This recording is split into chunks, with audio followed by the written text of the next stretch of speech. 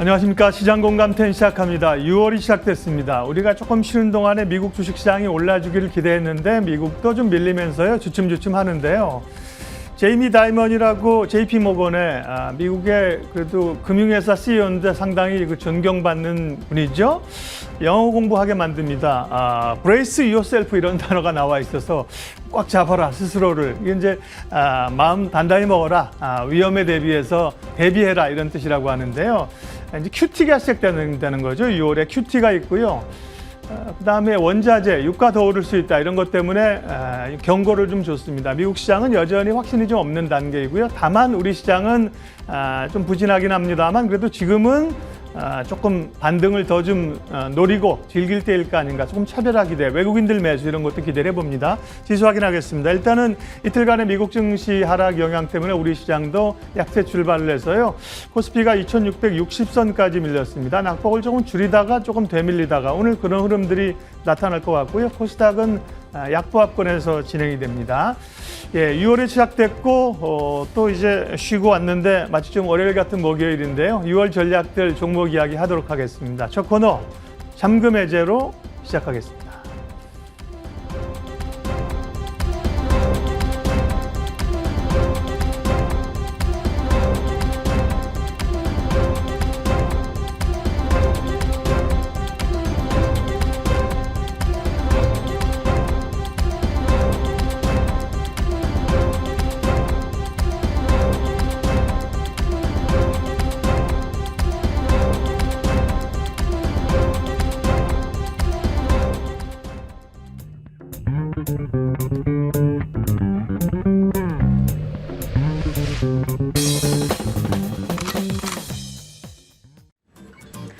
네, 참 시장에 대한 고민을 6월에도 계속 이어나가야 될 것 같습니다. 내가 어떤 포트의 방향을 짜고 있느냐에 따라서 오늘의 이 흔들림이 매수 기회가 될지 매도 기회가 될지 개개인에게 다 달리 다가오기 때문이죠. 종목에 대해서 좀 더 집중하며 시장 그리고 개별 특징주에 대한 전략까지 챙겨보겠습니다. 김종희 위원 함께합니다. 어서 오세요. 안녕하십니까? 네. 위원님 오늘 특징주 중에 좀 눈에 띄는 이 종목 꼭 한번 여쭤보고 싶었습니다. 나노신소재예요. 오늘장도 6% 올라가고요.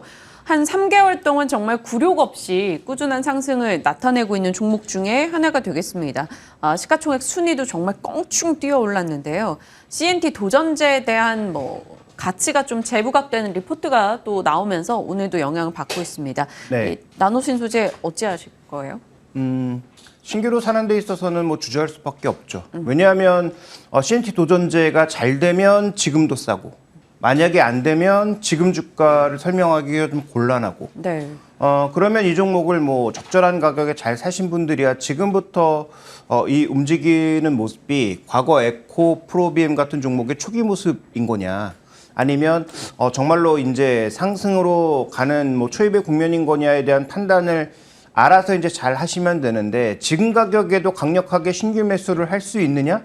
여기에 대해서는 저는 좀 답변을 드리기가 어려울 것 같습니다. 지금 특히 음극재에 있어서 지금 실리콘 재질로 변화하는 것, 흑연에서 이제 실리콘 재질로 변화하는 것이 핵심 포인트고 그 실리콘이 이제 좀 약간 불안정하다 보니까 그걸 잡아주는 CNT 도전제가 꼭 필요하다라는 게 핵심 포인트 아니겠어요? 네. 그래서 음극재도 전반적으로 효율을 높이고 양극재 같은 경우에는 하이니켈로도 가고 여러 가지 이제 신규 소재로 간다라는 것이 2차 전지의 다음 그림이기 때문에 실제로 지금 그 리포트에도 보시면 근거로 제시하고 있는 것이 2024년 실적 대비했을 때 PER 20배. 그래서 관련된 종목 중에 제일 싸다. 근데 다 아시는 것처럼 내년도 잘 모르잖아요. 내년이 뭡니까? 내일도 잘 모르는데 현재 거기에만 베팅해서 이렇게 올라온 주가에 신규 투자한다? 이건 쉽지 않은 문제가 되겠죠. 그래서 만약에 신규 투자를 하고 싶은 분들이 있다면 저는 비중을 굉장히 작게 가져가야 되지 않을까. 그래서 조정을 받으면 조금 더 사든지 그런 형태로 해서 점차 늘려나가는 것이 좋지 지금 현재 가격에서의 신규 매수는 굉장히 조심스럽다. 그러면 낮은 가격에 사셨던 분들은 반대로 파는 것도 쉽지 않다. 지금 이제 고점임을 예상해서 파는 것 자체도 그렇게 쉽지 않은 구간이니까 기존에 이제 보유하고 계셨던 분들은 자기만의 기준이 필요하겠죠. 뭐 5주선이 됐든 아니면 특정 가격이 됐든 네. 어느 정도의 추세가 붕괴되면 팔겠다 정도의 뭐 그 정도의 그 전략만 가져가시는 게 좋을 것 같고요. 신규 매수는 아주 조심스럽게 신중히 가야 된다라고 보고 있습니다.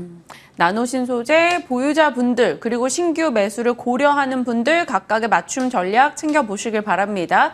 자, 우주 항공 관련한 종목들도 이 타이밍에 한번 점검이 좀 필요할 것 같아요. 올해 내내 이야기를 다뤄봤고 이 섹터를 끌고 가는 모멘텀들이 조금씩은 바뀌고 있는 상황인데요. 일단 15일에 누리호 관련한 이슈를 앞두고 있기 때문에 지금 팔아야 될까요? 아니면 네, 하나에어로스페이스 그리고 이 시간을 통해서 한국항공우주는 이미 설명드린 적이 있습니다. 아마 연초쯤에 말씀드렸던 것 같은데 제가 잡았던 포인트는 일단은 수출이었단 말이죠. 그런데 뭐 공교롭게도 또 일어나지 않았어야 될 뭐 전쟁 이런 것들이 일어나면서 뭐 한국 K방산이 또 수출이 늘지 않겠느냐라는 그런 기대감.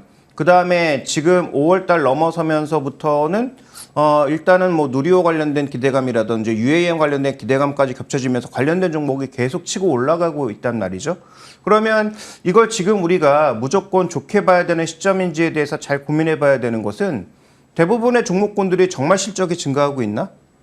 기대만으로 주가가 올라간 것은 아닌가에 대한 판단을 해봐야 된다는 것이죠. 그래서 결론부터 말씀드리면 6월 15일 날 누리호가 성공하든 성공하지 않든 상관없이 그러면 그쯤이 모멘텀의 정점이 아닌가? 실적이 쫓아오면서 모멘텀까지 같이 올라갔다면 조정 후에 다시 올라갈 수도 있겠지만 지금은 저는 한국항공우주나 아니면 뭐 LIG 넥스원은 조금 얘기가 다를 수 있는데 한국항공우주와 하나에어로스페이스의 주가 상승의 모멘텀은 저는 이 누리호가 꽤 작용을 하고 있다라고 보고 있습니다. 그러면 모멘텀의 정점의 순간에서 사야 되는가? 저는 그렇게 생각하지 않고요. 그래서 기존에 이제 뭐 저뿐만 아니라 여러 전문가들이 얘기하셨던 그 연초 부근에 사서 이미 수익이 크게 나신 분들이야 일시적인 조정을 다시 너무 비중을 늘리거나 아니면 더 가져가는 어떤 기회로 삼아 보면 되겠지만 신규 매수의 관점에서 지금 사야 되는가? 저는 뭐 동의할 수 없고요. 지금은 이런 종목군들의 모멘텀이 둔화되는 과정이 아닌지에 대한 판단을 하는 것이 더 우선되어야 되겠다. 그래서 저는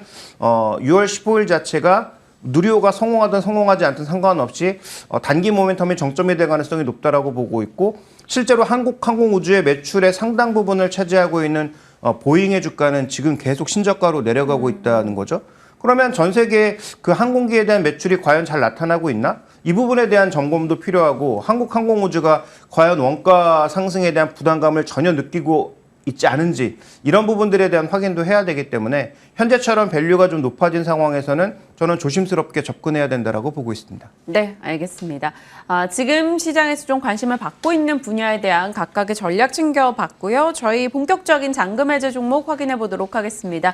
오늘 첫 번째 종목은 현대모비스입니다. 하반기는 실적주, 그 가운데 현대모비스 어떤 전략을 짜야 될지 첫 번째 포인트 확인합니다.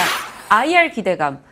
지금 고시겠어요. 10시 30분부터 이제 현대모비스 측에서 기관 투자자를 대상으로 IR 한다라는 소식을 접했었는데 여기서 어떤 얘기 기대하고 있는 거예요? 네, 뭐 정확하게는 우리가 알 수가 없죠. 그런데 우리가 이제 생각해 볼 수 있는 건 대부분의 기업들이 모두 공격적인 투자 정책을 내놨잖아요. 그렇죠. 그래서 지금 뭐 보시는 것처럼 현대차도 여러 가지 이런 정책들을 내놨는데 그러면 현대모비스가 이 현대차 그룹에 부품을 공급하는 종합 부품사 및 AS 제공사로서 과연 어떤 역할을 할 것인가를 이번 IR에서 얘기하지 않을까. 공교롭게도 IR 발표를 앞두고 기관과 외국인들의 매수가 굉장히 많이 들어왔단 말이죠. 네. 그럼 IR과 관련된 어떤 기대감 자체가 존재하는 게 아닐까. 그래서 어떤 내용이 나올지 뭐 우리가 속단할 수는 없지만 전체적인 그룹사에서 어쨌든 계속 친환경차가 늘고 있으니까 이와 관련된 어떤 뭐 투자 계획이라든지 뭐 구체화된 이런 계획들이 조금 나오지 않을까라는 부분. 그 다음에 신사업 부분, 특히 로보틱스와 관련돼서 뭐 부품 사업을 좀 더 강화하는 어떤 그런 모습이 나타나지 않을까라는 기대감. 이런 것들이 미리 반영되면서 지난 화요일 날 주가의 움직임이 있었던 건 아닌가? 이런 우리가 반문을 충분히 해볼 수 있는 것이죠. 그래서 자동차 부품사들이 최근에 반등하고 있는 것과 더불어 아마 IR 계획을 앞두고 뭔가 좀 더 선행된 그런 매매가 나타나는 것이 아닌가라고 저는 이해하고 있기 때문에 오늘 IR에서 어떤 재료가 나오는지 뭐 리포트에서 다 이제 뭐 뉴스나 리포트에서 언급을 해주겠지만 그런 내용들 자체에 따라서 추가적인 주가의 반등이나 향후의 모멘텀이 좀 더 강화될 수 있는 부분이 충분히 있을 수 있다. 이 부분을 가장 먼저 좀 짚어드리고 싶습니다. 네. 오늘 IR에서 어떤 이슈가 나오는지도 추가적으로 저희가 점검을 해 나가도록 할 거고요. 두 번째 포인트 확인해 보겠습니다. 하반기 수익성. 상대적으로 좀 무거운 주식이다라는 인식이 있잖아요. 그래서 이 종목을 끌어줄 만한 뭐 이익의 성장 이런 게 좀 필요한데 그걸 어디서 찾아야 될지 모르겠어요. 근데 무거운 종목이라는 그 박민영 앵커에게는 제가 동의할 수가 없는 게 이게 그 팬데믹 위기가 왔을 때 10만 원 초반대까지 주가가 내려갔어요. 네. 그다음에 2021년도 고가가 40만 원입니다. 그래서 주가의 이 플렉서블한 모습을 보면 그렇게 무거운 종목은 아니고 최근에 주가가 워낙 안 움직이니까 우리가 좀 무겁게 느껴지는 것이죠. 그런데 이 종목의 전반적인 최근의 움직임을 보시면 기대를 걸고 있는 건 이 전동화 매출입니다. 아까 말씀드렸던 것처럼 계속 전기차로 가고 있잖아요. 현대차, 기아차 모두 전기차의 방점을 찍고 있고 더 운이 좋아서 뭐 그럴 경우가 있을지는 뭐 확인이 필요합니다만 현대기아차의 플랫폼과 부품이 정말 좋아서 다른 회사까지 뭐 수출을 할 수 있다면 혹은 더 낼 수 있다면 이런 부품사에게 굉장히 뭔가 모멘텀이 가해지는 것 아니겠어요? 어쨌든 중요한 것은 이쪽에 늘어나는 매출이 있기 때문에 이 매출의 증가와 더불어서 이익이 증가할 거다라고 봤는데 지금은 상대적으로 원가가 세게 올라오다 보니까 이 정도의 수익성, 특히 예상했던 ASP가 이 정도의 수준으로 움직일 수 있을지는 저는 좀 물음표라고 보고 있습니다. 오히려 차 공급이 느려지면서 다음 이제 준비된 그림 보시면 AS 부분 쪽에서는 그런 대로 매출을 유지하고 수익성도 좀 유지할 가능성이 있지 않느냐라고 판단하고 있기 때문에 하반기 우리가 좀 기대해 봐야 될 것은 차량의 수요를 맞춰 나가면서 차량용 반도체가 공급이 되면서 전체적으로 차를 많이 만드니까 일정 부분 매출은 좀 더 올라가거나 유지될 수가 있겠다라고 보여지지만 수익성에 대해서는 아직까지 너무 긍정적으로 바라보기보다는 현재 진행되고 있는 여러 가지 인플레 요인들, 그 다음에 차 가격이라고 하는 게 결국에 내구재 가격이라고 하는 게 금리에 민감할 수밖에 없잖아요. 근데 금리가 계속 단계적으로 올라가고 있다 보니까 이 차량 판매와 관련된 부분에 대해서 또 고민이 좀 필요한 부분이 분명히 있기 때문에 저는 수익성, 하반기 수익성이 반드시 좋아진다? 이것은 아직까지는 좀 퀘스천 마크에 가깝다. 지금 이것을 진실로 보고 그대로 좀 투자하기에는 아직은 좀 꺼림칙한 측면이 좀 많이 있다. 그래서 하반기 차량이 많이 팔린다는 전제를 깔고 간다고 하더라도 그것이 수익성 증가에 크게 기여할 것인가? 그 부분에 대해서는 아직까지 우리가 속단할 수 없다라고 판단하고 있습니다. 말씀 주셨다시피 사실 이게 2021년도 시작할 때만 해도 주가 움직임이 거의 40만 원 육박하는 흐름이 있었어요. 그러나 그 1년 반 시간 동안 조금 오르다가도 내려오고가 반복되면서 지금 21만 원권 진행이 되고 있는 현대 모비스입니다. 밸류 평가 어떻게 해야 될지 사실 그동안 위원님의 종목에 말씀해 주시는 패턴 등을 봤을 때는 기대 수익은 낮추되 어느 정도 여지는 좀 있다 이렇게 갈 것 같은 종목이거든요. 네, 일단 너무 잘 아시는 게 아닌가라는 생각이 들고 이 종목에 있어서 핵심 포인트 제가 보는 포인트는 이거죠. 그럼 여러 가지 악재가 다 반영되지 않았는가? 그러니까 최근에 뭐 태양광을 말씀드릴 때도 그렇고 다른 종목을 말씀드릴 때도 마찬가지였지만 이 종목에 여러 가지 재료들이 나왔는데 안 좋은 부분이 충분히 반영되었고 이제는 호재를 반영할 만한 타이밍인지가 중요한 것이죠. 그러면 현대모비스가 과연 현재 주가가 좀 부담스러운 그런 가격대에 있었다면 이 종목을 얘기 드릴 필요가 없겠죠. 그런데 부담을 많이 제거한 가격이다라는 게 제가 말씀드리고 싶은 핵심 포인트입니다. 네. 그래서 앞서 말씀드렸던 두 가지 요소가 상대적으로 제한적이라고 하더라도 이 종목이 일단 움직일 수 있는 여지는 충분히 제공을 하고 있다. 밸류에이션 측면에서 특히 PBR 측면에서 제공하고 있다라고 판단하고 있기 때문에 0.5배 수준에 불과한 현재 PBR은 이 종목이 뭐 적자로 돌아서거나 아니면 매출이 뭐 급속도로 떨어지는 그런 최악의 경우가 아니라면 이 가격에서는 그래도 뭔가 기관들도 외국인들도 한 번 정도는 관심을 가져볼 만한 가격이라고 판단하고 있고요. 아까 제가 말씀드렸던 내용이 정반대로 흘러가서 오히려 수익성도 개선되고 매출도 탄탄하게 올라가는 그런 양상으로 보인다면 현재 가격대는 뭐 박앤세일 중에 박앤세일인 거죠. 그러면 여기서는 우리가 확률적으로 봤을 때 투자했을 때 내려갈 확률보다는 올라갈 확률이 높다라고 봐야 될 것이고 다만 그 반등의 강도가 지난 고점이었던 40만 원까지 바라보기에는 한계가 뚜렷하니 네. 목표 가격은 한 27만 원 정도로 잡아보는 것이 어떨까라고 전 보고 있습니다. 네, 알겠습니다. 그동안 이런 식의 시선으로 말씀 주셨던 종목들은 분명히 주가 화답이 있었기 때문에 또 이 종목도 저희 한 번 더 체크를 해봐야겠다라는 생각이 듭니다. 첫 번째 종목이었고요. 두 번째 잔금 해제 종목 확인해 보겠습니다. 5월 말경부터 해서 꾸준히 시장에서 화두가 되고 있는 게 결국 신재생 쪽인데 CS 윈드 풍력 종목입니다. 회복은 지금부터인지 지금 이 종목의 오늘 약보합을 어떻게 활용해야 될지 많은 분들이 고민하고 계실 것 같아요. 사실 풍력이 뭐 나름 역성장의 아이콘이었었는데 지금 러시아 이슈 등으로 인해서 관심 받고 정부에서도 뭐 갖가지 해상 풍력 등 좀 지원의 의지가 있어요.